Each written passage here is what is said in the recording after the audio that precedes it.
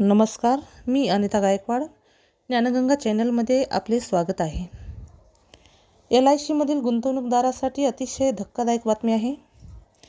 देशाच्या स्टॉक मार्केटच्या इतिहासामध्ये आत्तापर्यंतचा हा सर्वात मोठा घोटाळा म्हणावा लागेल. एकेकाळी हर्षद मेहता या माणसाने शेअर मार्केटसह संपूर्ण देशाला हादरून सोडलं होतं. अशाच एका मेहता नामक व्यक्तीने तब्बल 15 लाख कोटीचा घोटाळा केल्याचं समोर आलं आहे. चेन्नईच्या गल्लीतून स्वित्झर्लंडमध्ये पोहोचलेले भारतीय उद्योजक राजेश मेहता यांची ही गोष्ट आहे.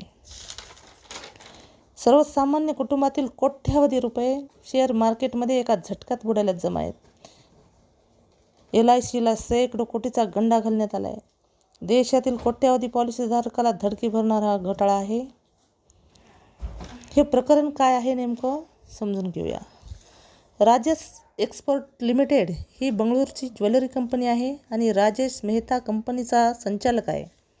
2021 ते 2025 या 5 वर्षात 15.5 लाख कोटीचा महसूल मिळाल्याचा दावा या कंपनीने केला आहे.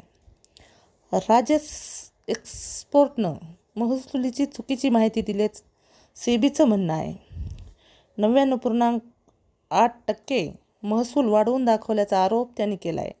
सेबीकडून कंपनीचा शेअर बाजारातील व्यवहारावर बंदी घालण्यात आली आहे. राजेश एक्सपोर्टमध्ये LICची 10% गुंतवणूक करण्यात आली आहे.